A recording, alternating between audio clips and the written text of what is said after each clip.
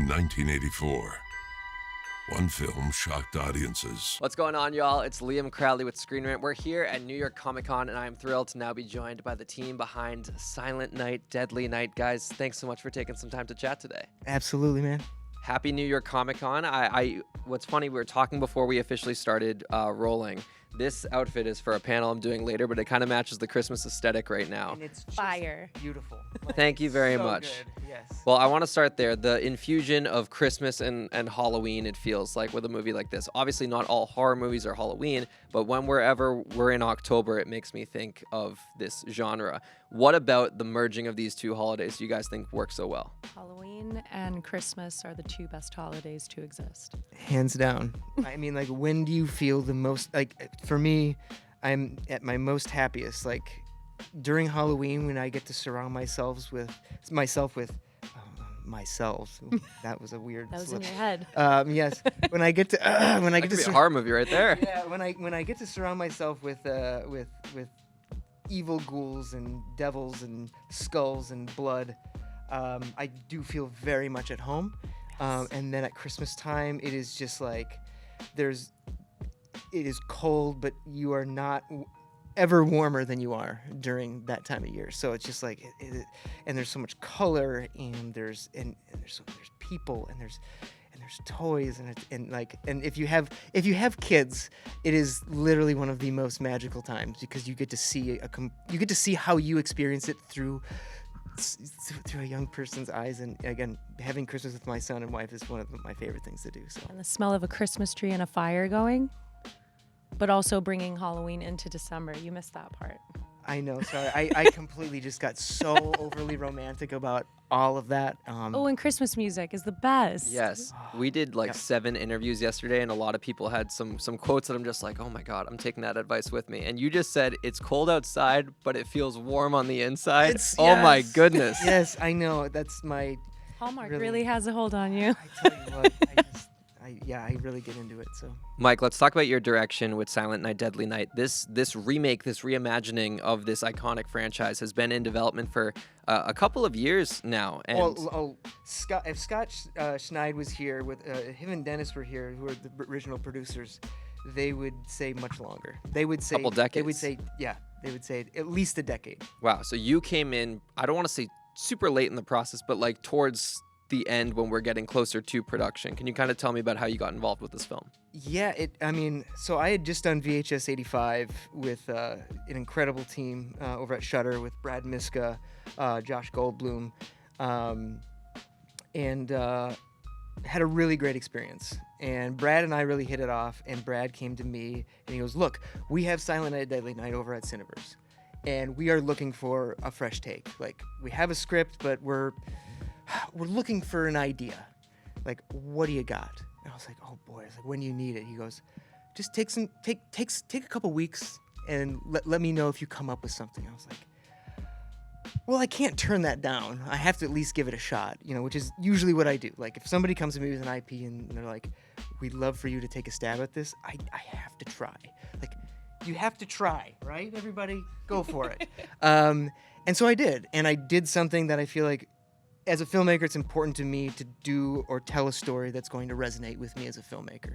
And something popped into my head, and I, had watched Elf, The Santa Claus, Frailty, and The Guest. And suddenly I was like, I know what I'm going to do. And so I pitched the idea, and they were like, okay, let us get back to you. And I didn't think it was going to happen. I was kind of like, oh, okay, yeah, it's a little weird, but, whatever. You got to give it your best shot. And they came back and they said, yeah, we want you to write it. And I was like, oh, and here we are. Here we are. Wrote the best script. Ruby, you are our Pam in this iteration of the film. You're no stranger to horror in your day, specifically those Happy Death Day movies. I'm a huge fan of, especially the original. It's such a unique concept, and it infuses a lot of comedy with the horror slasher elements. Does your version of Pam have a little bit of a comedic charm to her as well? Yeah, she's got a little bit of a dark sense of humor. I'd say. Just a slap of sarcasm here and there. Yeah, different from Happy Death Day, but Definitely some humor and Yep. comedy in there. Very much so. It helps, make Rowan helped make that much more. Yeah. Oh, okay. Sorry, I interrupted. Go ahead. I was just gonna say, like with a horror movie, whenever there's comedy infused, it gives this like wrong sense of security, like everything's gonna be okay, and then that's when the scares really hit. Yep. You mentioned Rohan. I want to give you props for having him in this film because kind of a strange full circle moment. My first New York Comic Con, the Halloween Ends junket was happening. Okay. And he was obviously set up in that film. It seemed like he was going to be Mike Myers' successor, even though the franchise was ending. And I thought, man, we were on the 1 yard line of seeing Rohan as that like iconic slasher character. And he is your Billy Chapman in this movie. Like, how cool is it to kind of carry that on?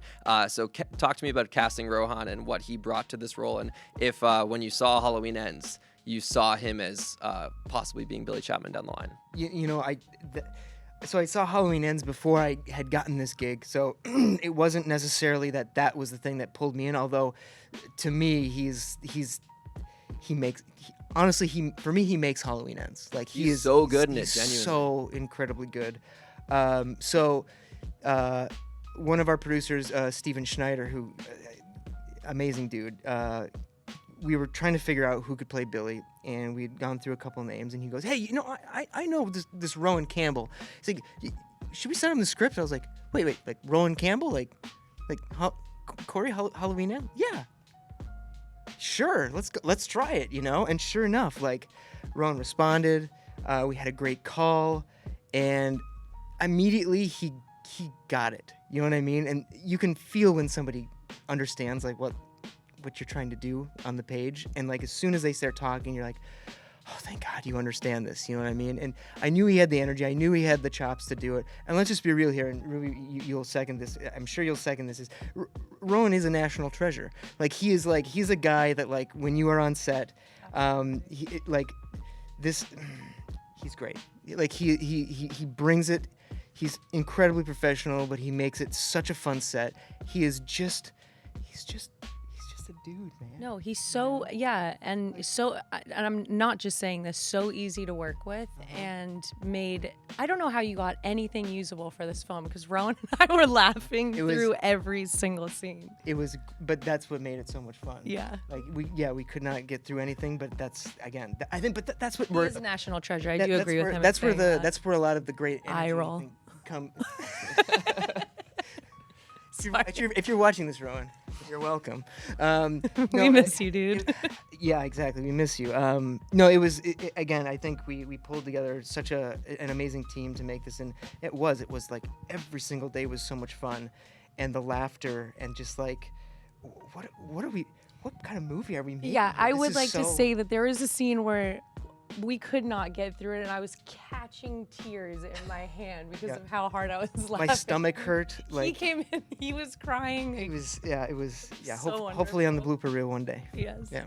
Amazing. You guys shot this thing back in April. Like, this is a pretty Yes. accelerated, I feel like, production process. Because Such a blessing. so many films these days, just the development's so long, the production's so long, and then it sits in the can for so long. Mm-hmm. Hitting theaters on December 12th. Yes. I love an aesthetic date. We're here on 10/10, 12/12 down the line. How were you able to get this production moving as swiftly as it did? Again, team, and it's people who actually want to make a movie. Like I have to be very clear about that. It's like I've been in this process enough to know when people want to make something and when people really actually want to make a movie. And this was a team who was like, we're going to do it. Like we're gonna full speed ahead.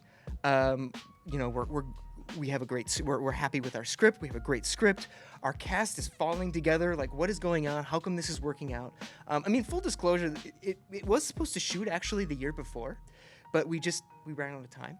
It was just like the season started to change too fast, and it was June. It was almost July, and we were just like, we're not doing one of these like shooting in the summer Christmas movies.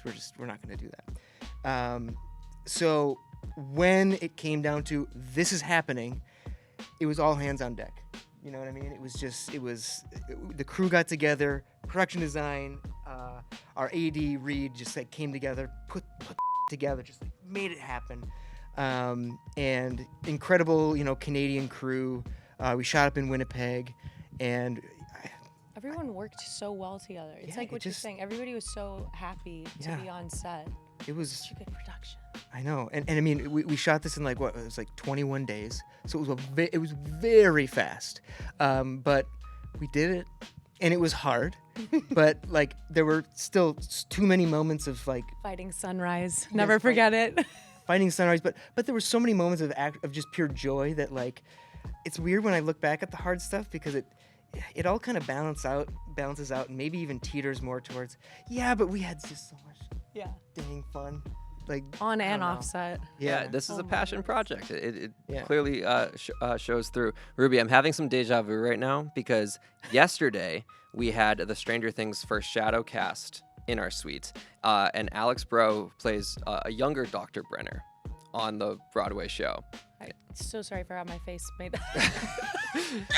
I'm just referencing that your father, obviously, Yes, of Dr. Brenner course. in the series, one of the nicest guys too, by the way. Just to shout praise to your dad. I remember one time we were at a junket and he came and ate lunch with us in hospitality, and no one ever does that. I love him. That sounds like him. Yeah. Yeah. I know we're not in the business of spoilers, and I don't want to know anything. I just want to know if you know how Stranger Things season 5 ends.